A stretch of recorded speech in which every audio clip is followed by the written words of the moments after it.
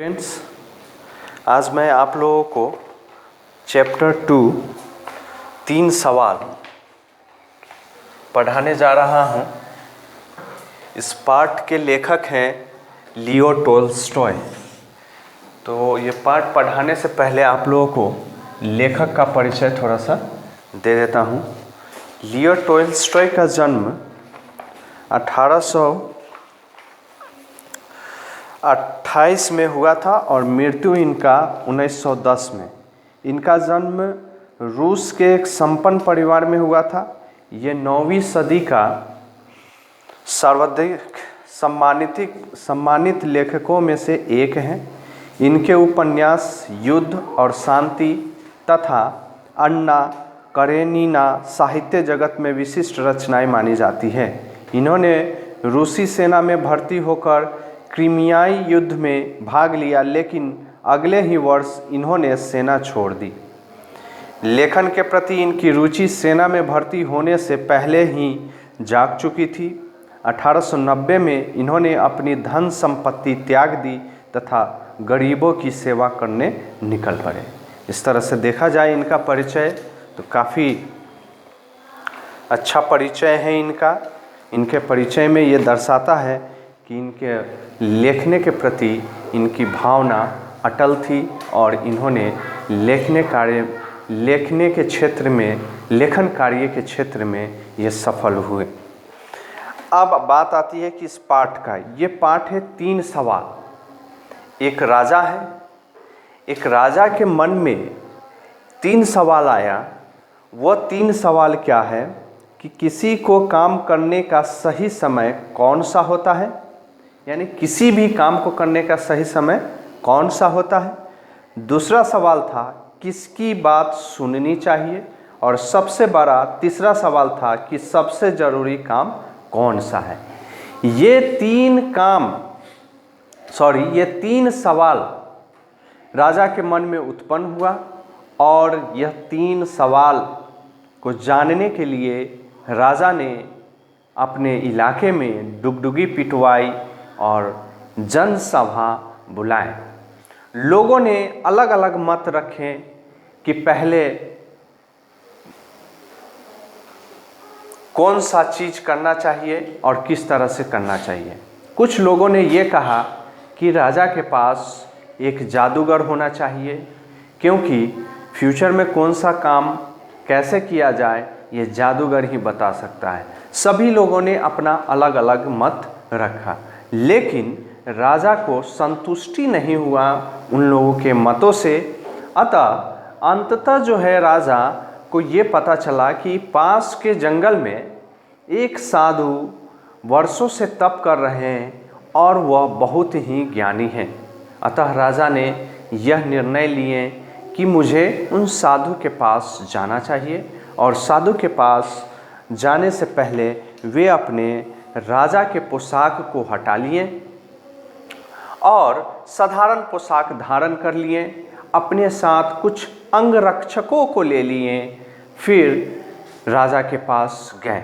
अंगरक्षकों को साधु के कुटिया से पहले ही रहने को आदेश दिए और खुद अकेले साधु के पास गए।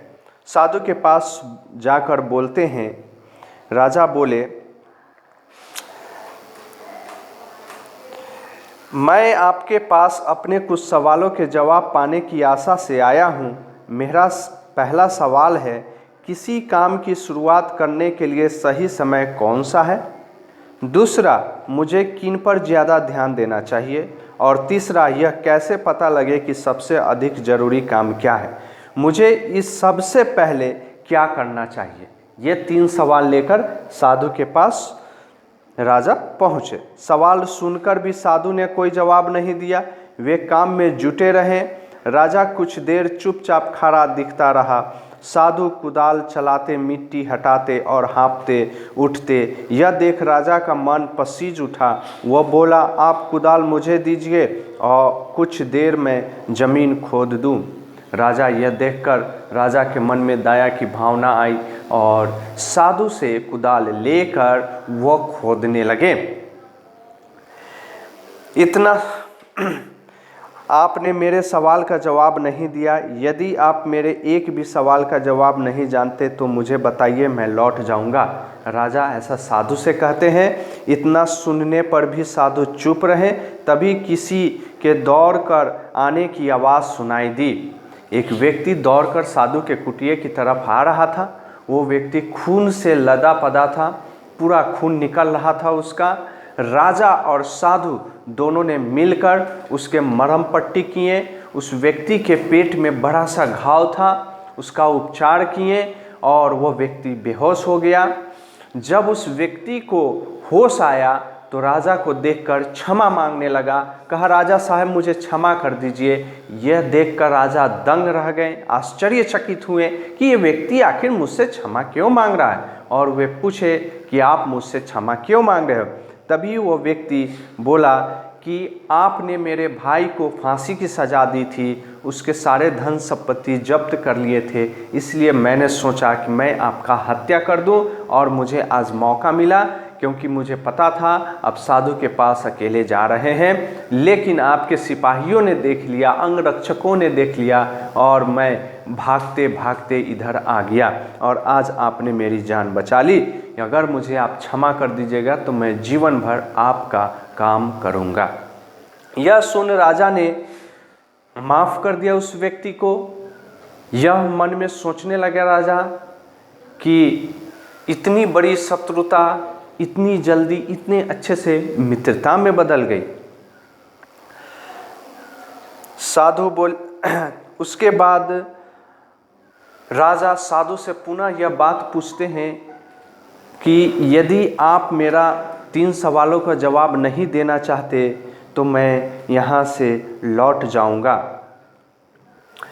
साधु घुटने के बल बैठे उन क्यारियों में बीज बो रहे थे। राजा के बात सुनते हुए भी साधु कुछ जवाब नहीं दे रहे हैं, बल्कि क्यारियों में बीज बो रहे हैं।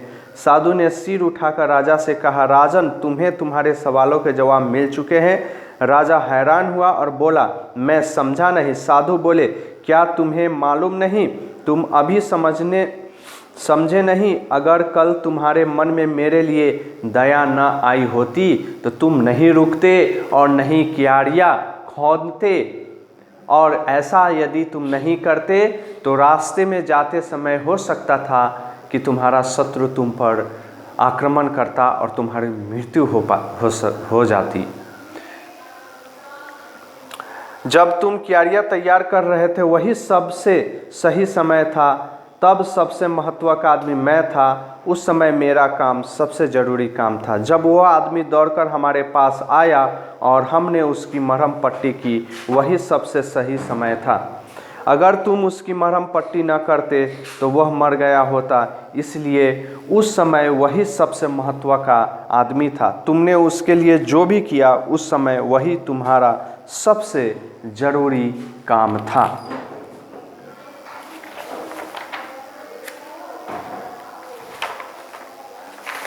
हमेशा याद रखना, सबसे सही समय वही होता है जब हमारे पास किसी भी तरह की शक्ति होती है। सबसे महत्व का आदमी वही होता है जिसके साथ हम होते हैं।